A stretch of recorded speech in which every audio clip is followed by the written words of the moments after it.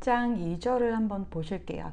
이제 신부가 하나님께 예수님에 대한 더 깊은 깨달음을 주시도록 2절에서 노래를 시작했고, 이제 3절로 들어오면서 신부는 그 2절에서 했던 그 기도에 대한 이유를 설명하기 시작해요.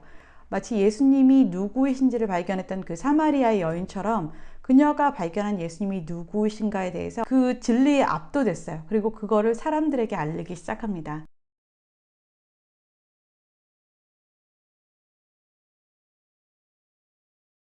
3절이 시작되면서 신부는 자신이 알게 된 왕의 탁월함을 노래합니다.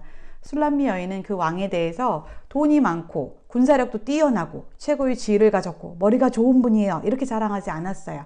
술람미 여인이 만난 그 왕이 대체 누구길래 그 왕에 대한 첫 번째 자랑이, 그 서술이, 깨달음이 그의 기름과 그의 이름에 대한 것일까요? 여러분 한번 생각해 보신 적 있으신가요?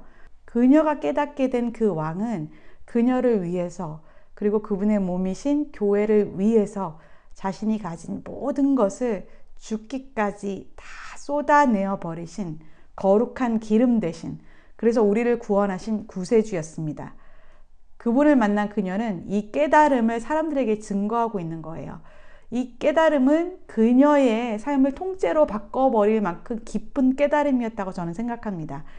이걸 통해서 그녀가 진짜, 이 술람미 여인이 진짜 자유를 얻게 되었기 때문에 가만히 있을 수 없는 마음으로 소리쳐 노래했다고 저는 생각합니다.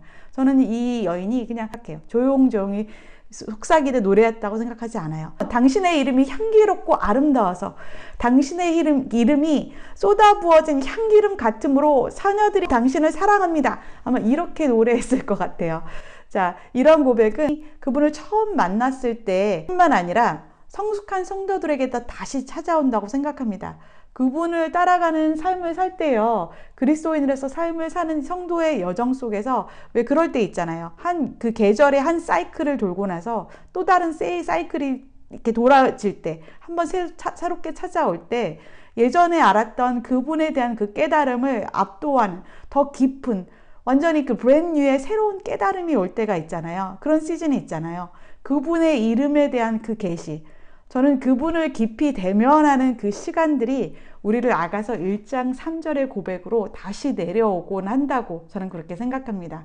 이런 주님을 만나게 되면 보고 있어도 보고 싶고, 보고 있어도 또 보고 싶은, 사실은 그분을 갈망하면 그분이 더 갈망되는, 그분의 임재 가운데 들어가면 그분의 임재가 더 그리워지는 그런 기도가 우리 영혼 깊은 곳에서 쏟아져 나오게 되는 것 같습니다. 마치 1장 2절의 말씀처럼요. 이해되시죠? 저는 저의 언어로 이렇게 아가서를 썼네요. 겟세마네라고 하는 동산에 집틀에 십자가라고 하는 형틀이 있다고 쳐요. 예수님께서 자원하여 들어가시는 그 장면을 한번 그려보실 수 있으세요? 점점 쪼여오겠죠?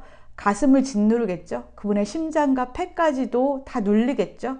살과 뼈가 으스러지고 영혼까지 다 들어갈 정도로 그렇게 쪼여오고 나면 결국 그분의 생명이 끊어지겠죠. 아스러져서 형체도 남지 않게 됐을 때 그 집틀을 걸러서 예수 그리스도의 피가, 예수 그리스도의 거룩한 기름만이 나오게 되는 걸 한번 생각해 보세요.